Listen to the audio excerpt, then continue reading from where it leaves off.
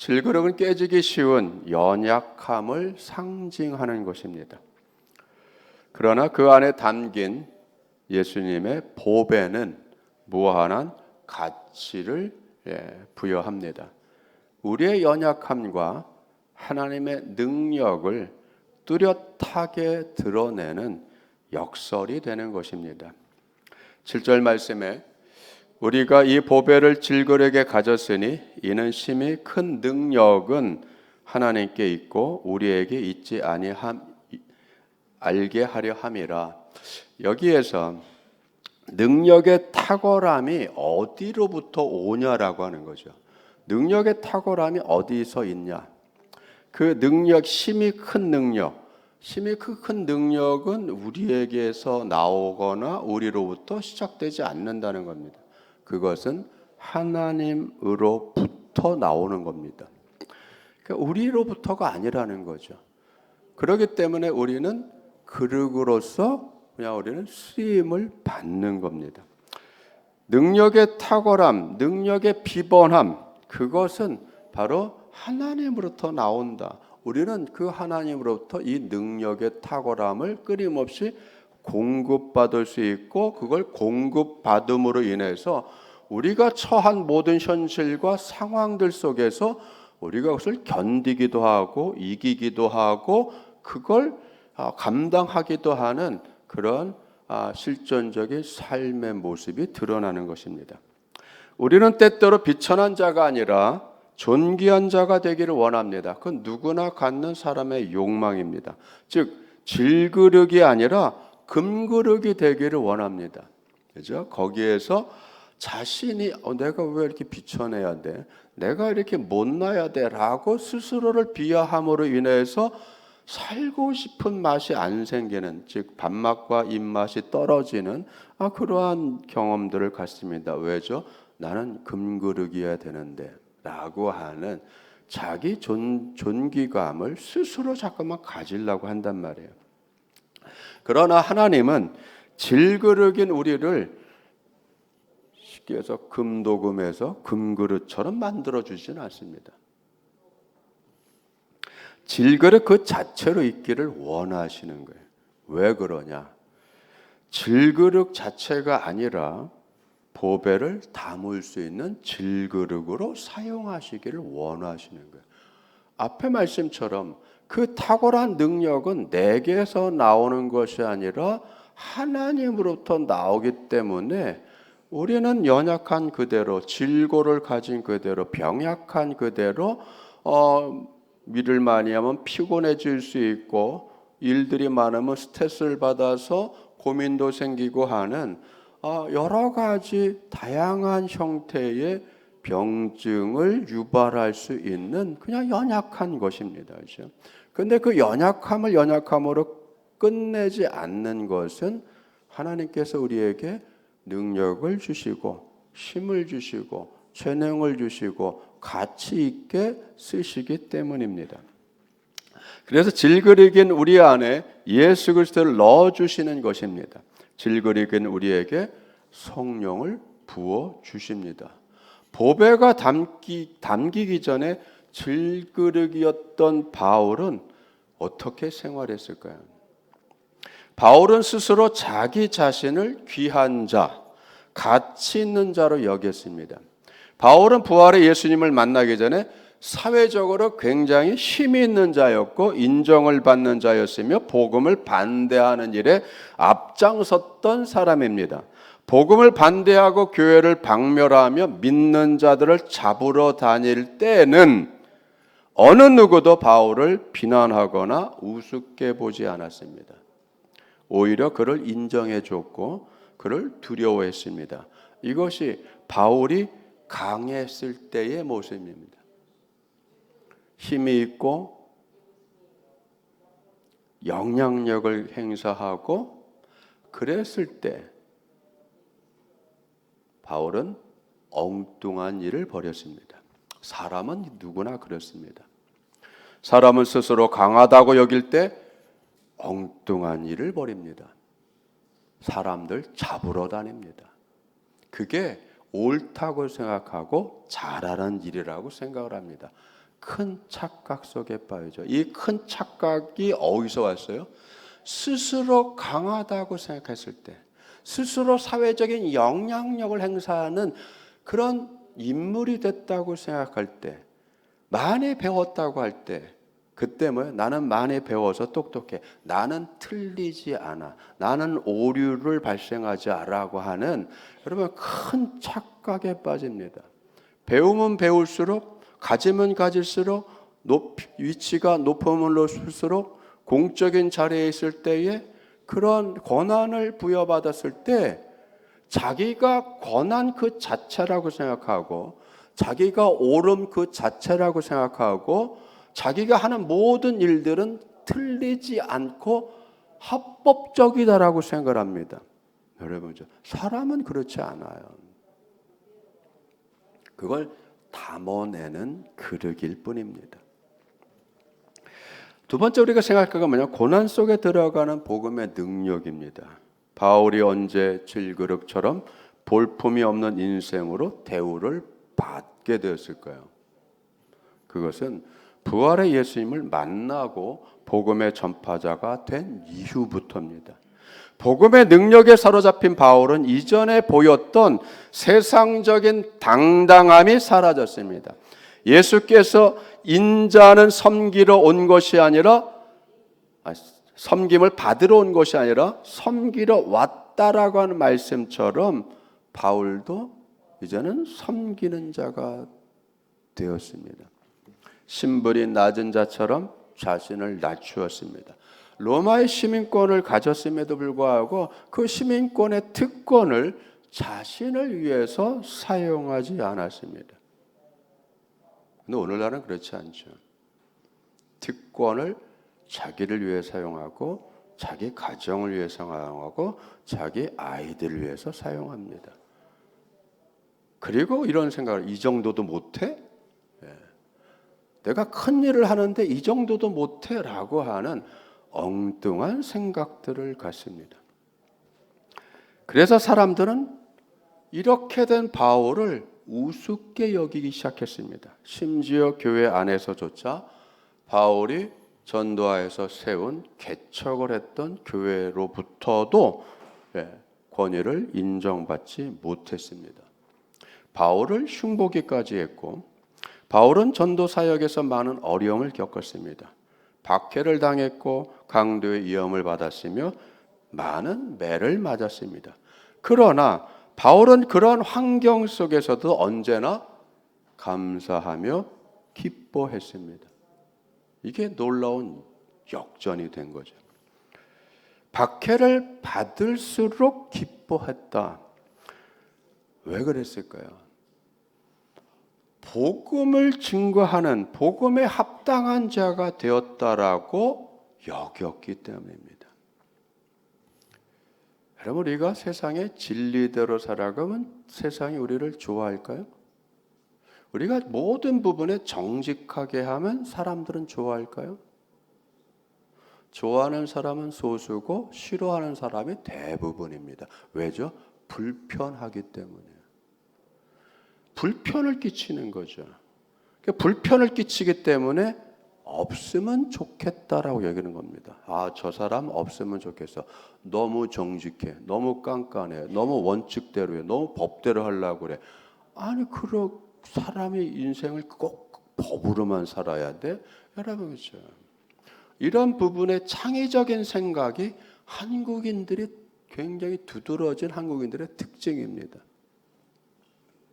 뭐가 안 되면 어디를 전화해서 영향력을 행사하려고 그래요. 그걸 능력 있다고 하고 그걸 세상을 사는 방법을 가지고 있다고 생각합니다. 그걸 좋은 말로 하면 뭐예요?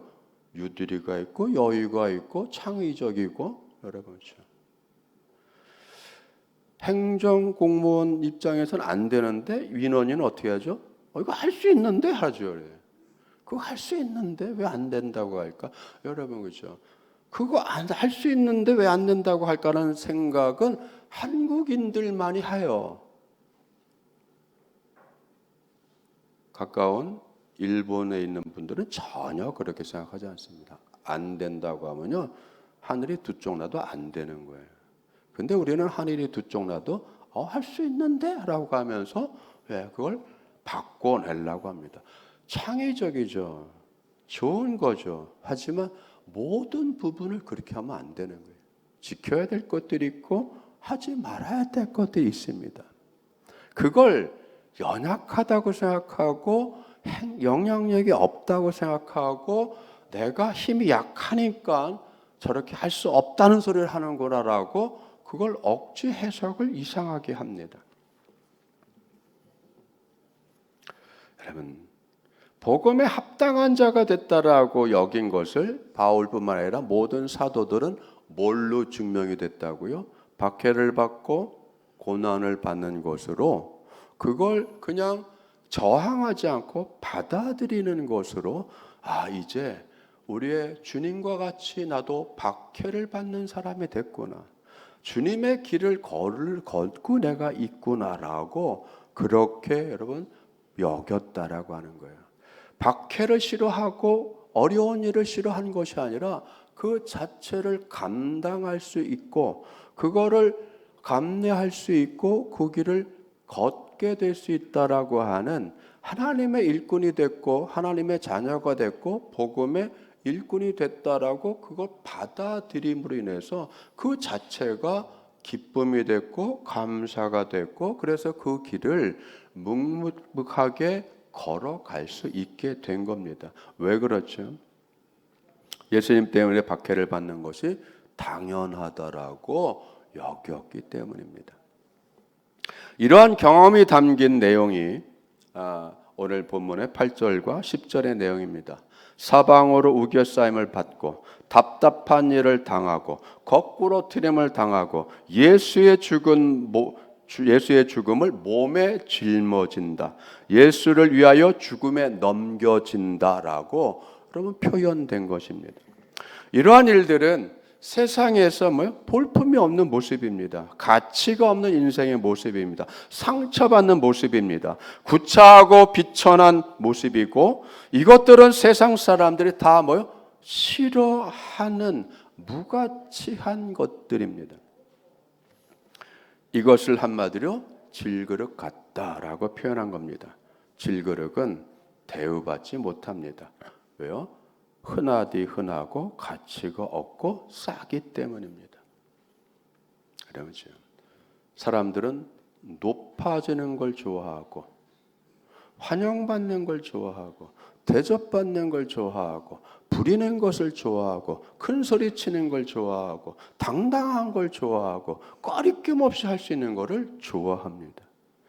세상은 그러한 것으로 또 돌아갑니다.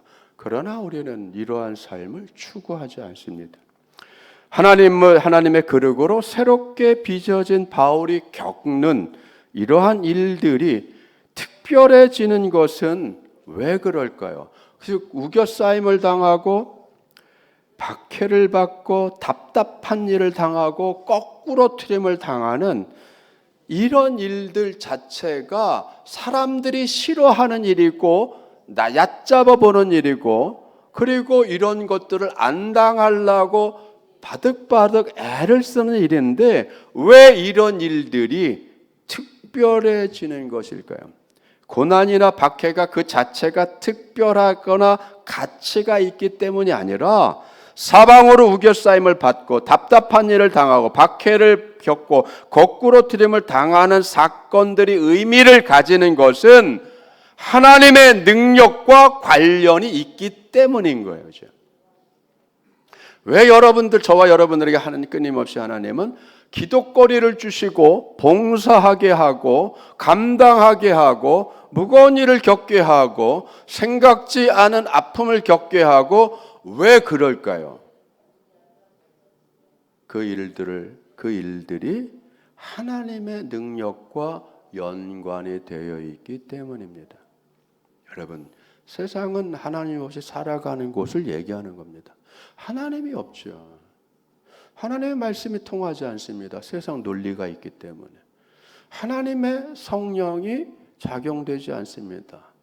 욕망들로 들끓기 때문입니다. 그걸 세상이라고 하는 거예요.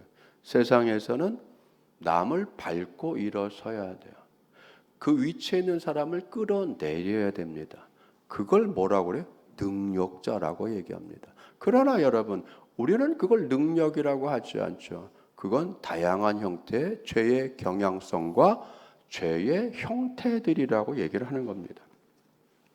우겨쌈, 답답함, 박해, 거꾸러뜨림 같은 고난에도 망하지 않는 이유가 있죠. 끊임없이 기도해야 되고, 끊임없이 아파야 되고, 끊임없이 괴로워해야 되고, 생각대로 되지 않고 하는 모든 이 우겨싸임을 당하고 계속 방해들이 있고 내 뜻대로 되지 않는 현실적인 다양한 형태의 벽들을 우리가 만나고 그 벽들에 부딪히게 되잖아요. 그런데 이 일들을 통해서 이런 걸 겪으면서도 불구하고 여러분들은 기도를 포기하지 않잖아요. 예배를 포기하지 않잖아요. 하나님을 찾는 걸 포기하지 않잖아요. 말씀을 보는 일을 포기하지 않잖아요. 여러분 왜죠? 주님이 포기하지 않게 하시기 때문이죠. 이것이 바로 하나님의 능력과 관련이 돼 있는 것입니다. 왜죠? 우리는 그리스도의 생명 안에 있기 때문입니다. 죄와 사망의 권세를 이기신 그리스도의 생명과 복음의 능력으로 인해서 8절과 9절에 있는 것처럼 사방으로 우겨싸임을 당하여도 쌓이지 아니하며 답답한 일을 당하여도 낙심하지 아니하며 박해를 받아도 버림받지 아니하며 거꾸로 트림을 당하여도 망하지 아니한다. 여러분, 예수 그리스도의 생명과 복음의 능력이 바울을 어떻게 변화시켰을까요? 그 모습이 바울의 고백 속에, 바울의 서신 속에 있습니다. 빌립보서 4장 11절에서 13절 말씀 보면 내가 궁핍함으로 말하는 것이 아니라 어떠한 형편에서든지 나는 자족하기를 배웠노라. 나는 비천에 처할 줄도 알고 풍부에 처할 줄도 알아. 모든 일 곧 배부름과 배고픔과 풍부와 궁핍에도 처할 줄을 아는 일체의 비결을 배웠노라. 13절 내게 능력 주시는 자 안에서 내가 모든 것을 할 수 있느니라. 그런데 여러분, 이 고백에서 중요한 것은 내가 모든 것을 할 수 있다. 즉 모든 것을 할 수 있는 내가가 주인공이 아니라는 거예요. 가난하거나 부유하거나 있거나 없거나 높거나 낮거나 대우를 받거나 못 받거나 이런 조건들이 문제가 아니라 이런 것들을 다 아무렇지도 않게 겪을 수 있고 아무렇지도 않게 대할 수 있고 아무렇지도 않게 살아갈 수 있는 것은 이렇게 살아갈 수 있도록 그걸 아무렇지도 않게 여길 수 있게 하시는 그 힘을 주시고 그 능력을 주시는 하나님 때문이라는 거죠. 여러분, 그렇게 여러분들이 오늘까지 살아오셨습니다. 능력을 주시는 그리스도, 강하게 하시는 그리스도, 능력을 주시는 주님, 능력을 강하게 하여 주시는 하나님이 이 고백의 주인공이 되는 거예요. 야, 그래도 내가 성격이 좋으니까 참아온 거야. 그 성격 좋은 거 누가 줬어요? 주님이 주신 거죠. 내가 무던하니까, 내 성격이 무던하니까 내가 그나마 당신 데리고 사는 거야. 나 아니면 누가 당신 데리고 살겠어. 그 성질 더러운데. 나니까 데리고 살지. 나한테 잘해 있을 때. 그렇게 할 수 있도록 주님이 하신 거지. 내가 한 게 아니잖아요, 여러분. 그러니까 있을 때 잘해라고 하는 게 아니라 내가 살아있는 동안 하나님 잘 섬기세요라고 해줘야죠. 네. 여러분, 이게 그 말인 거예요. 그렇죠?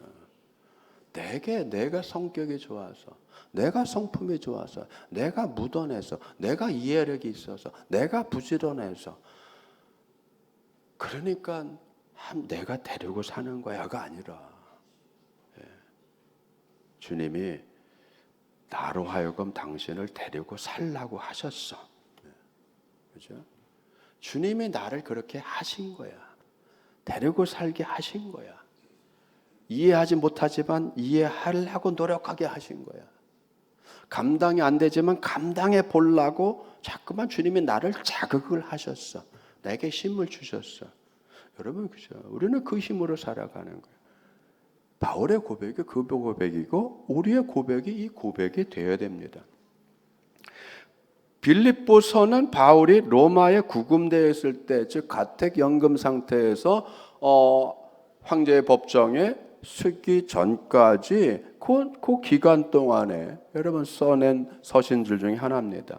그래서 이걸 그냥 간단하게 옥중서신이라고 하는 겁니다.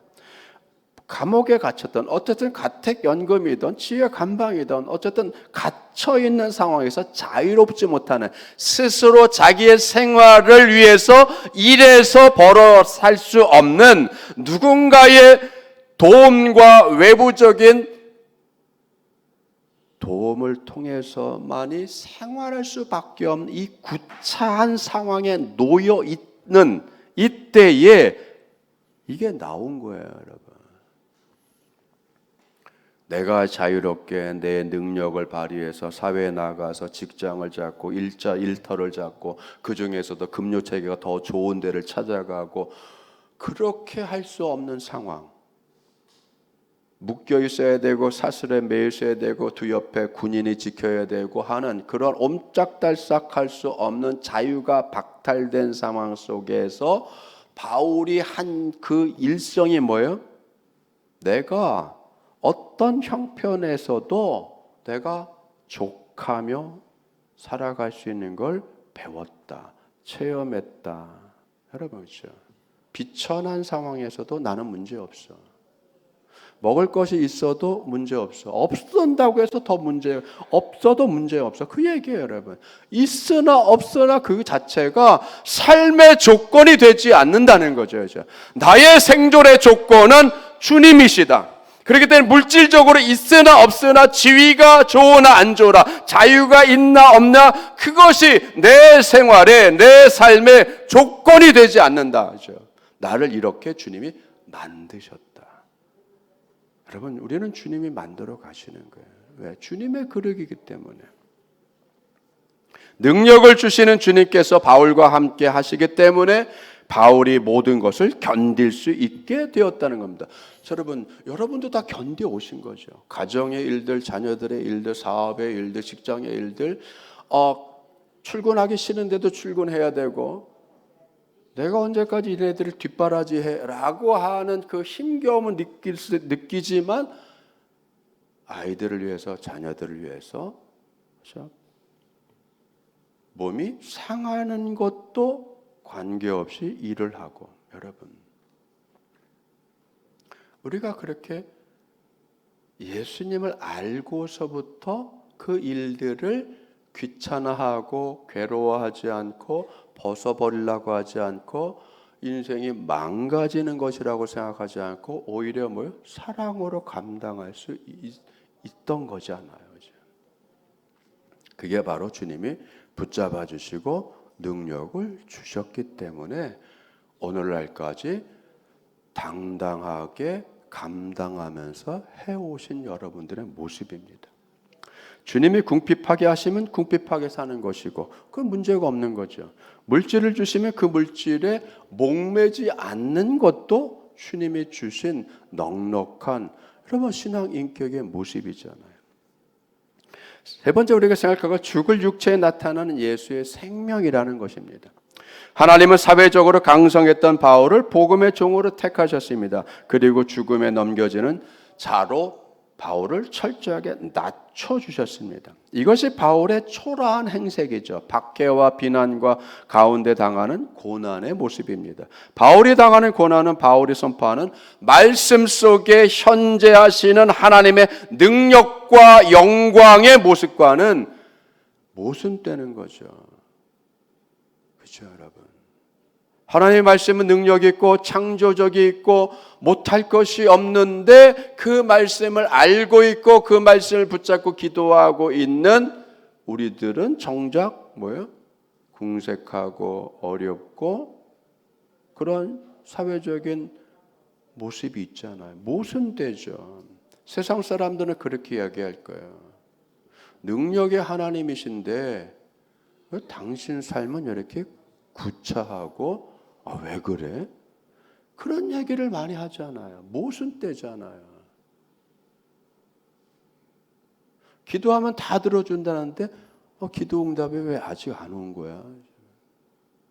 여러분, 그러나 모순되지 않습니다. 우리는 뭘 보는 거죠? 바울이 당하는 고난은 하나님의 능력이 없어서가 아닙니다. 오히려 하나님의 능력과 영광을 드러내기 위해서 바울이 고난을 당하는 길을 갔다라고 하는 뜻입니다. 여러분, 이게 역설이에요. 이게 삶의 역설이에요. 신앙의 역설이에요. 예수님이 많은 병자를 고쳐주셨습니다. 귀신을 제어했습니다. 귀신 들린 사람을 고쳐주었습니다. 심지어 죽은 자도 살리셨습니다. 놀랍죠. 어마어마한 능력이죠. 죽은 자까지도 살려내시는 그 주님이신데 정작 그 어마어마한 탁월한 능력, 창조적인 능력, 감당할 수 없는, 세상이 감당할 수 없는 어마어마한 능력을 가지신 그 예수님은 자기의 죽음을 해결하지 않으셨잖아요. 무력하게 십자가에 못 박혀 죽으셨죠. 죽은 자를 살리는 능력을 가진 분이 아주 무기력하게 죽어 가셨단 말이에요. 죽으셨단 말이에요. 허무한 거죠. 세상 사람들이 볼 때 제자들조차도 허무하게 느꼈잖아요, 여러분. 인자는 십자가를 지고 죽어야 된다라고 할 때 베드로까지도 앞장서서 나서서 막았잖아요. 그렇게 하시면 안 됩니다. 이런 일들은 벌어지면 안 됩니다. 여러분, 그렇죠? 기대가 무너진 거잖아요. 제자들의 입장에서 예수님에 대한 기대가 무너진 거죠. 주님이 십자가에 무기력하게 죽음으로 인해서 모든 꿈과 기대와 소망과 예수님께 걸었던 모든 야망들이 한순간에 다 무너져 내렸잖아요. 그 무너져 내리는 것을 미리 감지한 가룟 유다는 어떻게 했어요? 팔아버렸죠. 저런 메시아라면, 저런 예수님이라면, 저런 구세주라면 필요 없어. 팔아버렸잖아요, 여러분. 얼마나 실망과 상실감이 큰 거예요. 주님께서 여러분의 기도를 전혀 안 들어주신다면 하나님을 계속 믿으실 건가요? 안 믿으실 거잖아요. 내 소원을 안 들어주는 하나님은 하나님으로서의 가치가 없다고 생각하잖아요. 내 문제를 해결해 주세요. 내 빚의 문제를 해결해 주세요. 내 가난의 문제를 해결해 주세요. 그놈의 기도를 10년, 20년, 30년, 50년 동안 했는데 한 번도 주님께서는 물질적으로 풍성함을 주지 않았다고 하면은 왜 내 기도는 안 들어주시는 거야? 하나님이 나를 버리셨나 봐. 이런 생각을 하잖아요. 한 번만 들어주면 안 되시나? 너무 야속하네. 이런 생각이 펄뜩 들잖아요. 내 나가는 길을 왜 다 막는 거야? 자비가 없으셔. 나한테만 혹독하신가 봐. 우리는 여러분 이렇게 생각의 결론들이 삐딱하게 가는 거예요. 왜죠? 내 욕심대로 안 됐기 때문이에요. 내 생각대로 안 됐기 때문이에요. 여러분, 예수님이 죽음을 당하지 않으셨다면 하나님의 부활의 능력이 드러났을까요? 안 드러나죠, 여러분. 주님의 부활의 능력이 안 드러나잖아요, 여러분. 죽은 자가 부활된다라고 하는 것이 여러분 뭔지조차도 모르고 살게 되는 거잖아요. 하나님의 부활의 능력을 드러내시기 위해서 예수님은 자발적으로 죽임을 당하셨습니다. 예수님이 죽으셔야 부활의 영광이 임하고 우리 모두에게 부활의 소망이 생기기 때문입니다. 그렇기 때문에 한순간의 욕을, 한순간의 비난을, 한순간의 조롱을 주님은 아무렇지도 않게 다 당하신 거예요. 여러분, 자녀를 길러가면서 혹시 아이들한테 엄마 왜 나를 낳으셨어? 왜 나를 낳고서는 왜 그러셨어? 이런 소리 들어보셨나요? 나한테 해준 게 뭐가 있어? 이런 소리 들어보셨나요? 그럼 그런 소리 들을 때 여러분 어떻게 돼요? 팔을 걷어붙이고 이놈의 새끼 몽둥이 가져라고 때리시나요? 아니면은 답답한 얘기지만 그냥 묵묵하게 듣고 그럼에도 불구하고 괘씸하지만 뜨뜻한 밥을 지어서 아들아 딸아 밥 먹자라고 하셨나요? 어느 쪽이셨나요? 몽둥이 들고 두들겨 패가지고 내쫓으셨나요? 아니면은 속상하고 답답하고 복장이 맺어도 따뜻한 밥을 지어서 야 밥을 먹자라고 하셨나요? 밥 지어서 내놓는 게 부모예요, 여러분. 답답해도 힘들어도 한탄하지 않고 그 밥상 머리띠 엎으지 않고 왜죠? 부모기 때문에 아이들보다 더 큰 마음이잖아요. 아이들보다 마음이 더 커야죠. 자식이 10명의 마음을 합친 것보다 부모의 마음이 더 커야 되잖아요. 그러니까 그걸 감당하는 거예요. 묵묵하게 욕먹어도 감당하는 거예요. 비난을 받아도 감당하는 거예요.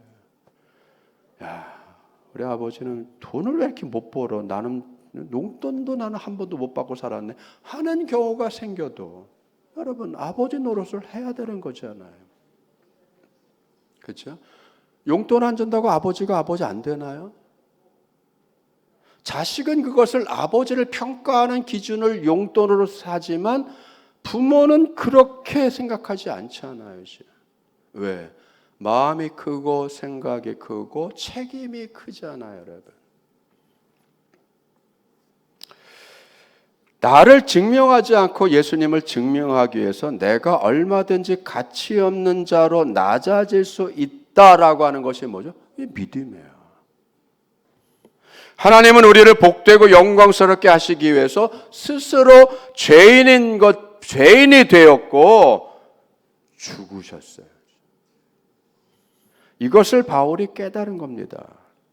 그래서 바울도 자신을 하나님의 일에 맡긴 거죠. 이것이 예수님의 죽음을 본받는 자의 모습입니다. 예수님을 위해 우리가 가치 없는 존재가 되는 것은 예수님의 은혜가 없어서 능력이 못 미쳐서 기도를 들어주지 않아서 나한테 관심이 없어서 이런 것들이 아니라 이 구원의 주가 되시는 것을 증명하기 위해 우리가 살아가는 존재가 되는 것입니다. 내가 낮아져야 주님의 존귀가 나타나고 내가 억울하지만 참아야 주님께서 나를 영광스럽게 만들고 영화스럽게 하시는 하나님의 일이 이루어지기 때문입니다. 우리가 연약해지고 질그리게 될 때에 우리의 가치를 뛰어넘어 계시는 예수님이 드러나는 거예요. 그렇기 때문에 뭐가 필요해요? 시간이 필요한 거예요. 왜? 이 현실 세계는 시간이 흘러가잖아요. 시간 안에서 여러분 모든 일들이 되잖아요. 씨를 심자마자 바로 여러분 결실하나요? 아니죠, 여러분. 필요한 시간이 있잖아요. 배추 하나 씨 심어도 여러분 70일이 걸리는데 70일을 자라야 제대로 된 배추가 돼서 김장을 할 거잖아요, 여러분. 시간이 걸린단 말이에요, 여러분. 그 시간 안에 햇빛만 비친다고 성장하나요? 아니잖아요, 여러분. 비도 맞아야 되고 바람도 필요하고 깜깜한 밤도 지나가야 되고 여러분 그렇죠? 그 모든 것들이 다 성장에 필요한 요소들이잖아요. 우리는 여러분 뭘 먹는 거죠?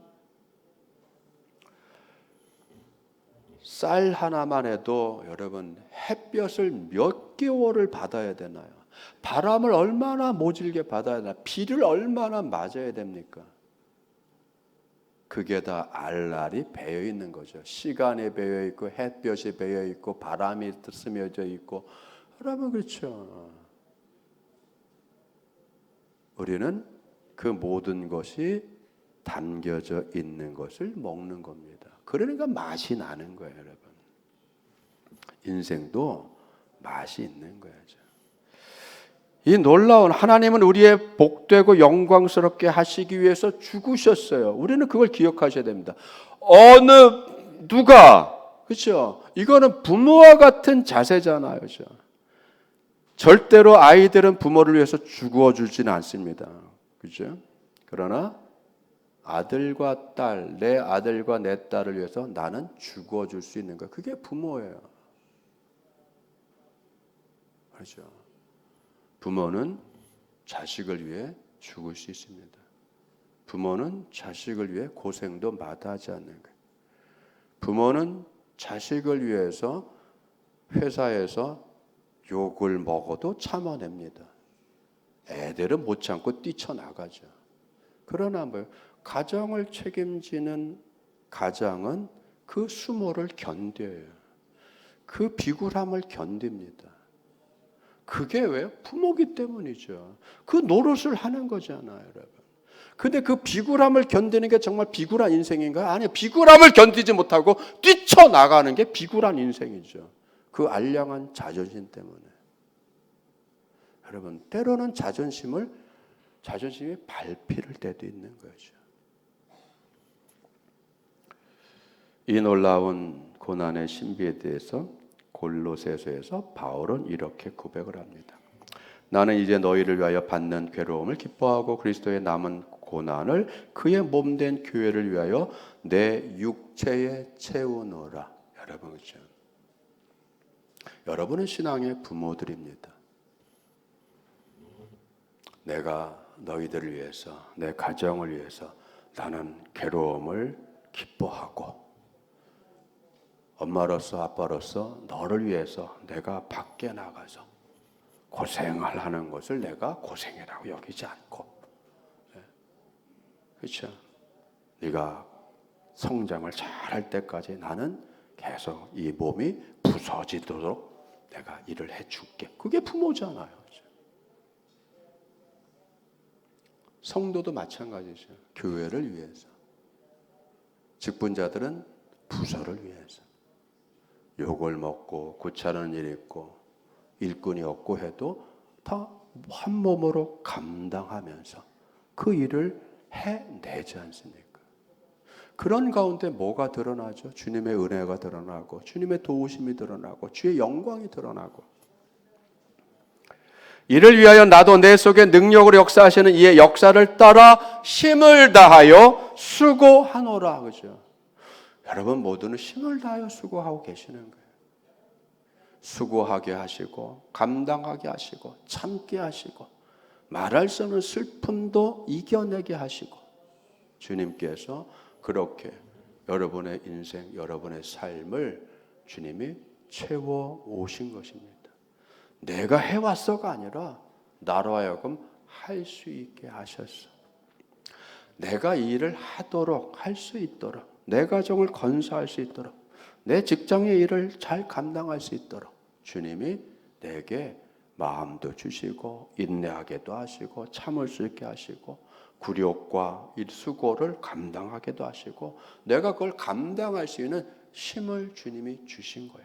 주님이 지금도 붙잡고 계셔. 나와 함께 하고 계셔. 여러분 그렇잖아요. 이 크신 모든 걸 감당하게 하시고 견딜 수 있게 하시고 끌고 갈 수 있게 하시고 이루어낼 수 있도록 힘을 주시는 크신 능력의 원천이신 하나님께서 여러분 모두와 함께 하시고 여러분의 삶을 더 복되게 이끌어 가시기를 주님으로 축원합니다. 기도하겠습니다. 아버지 하나님 감사드립니다. 주님께서 우리를 주님의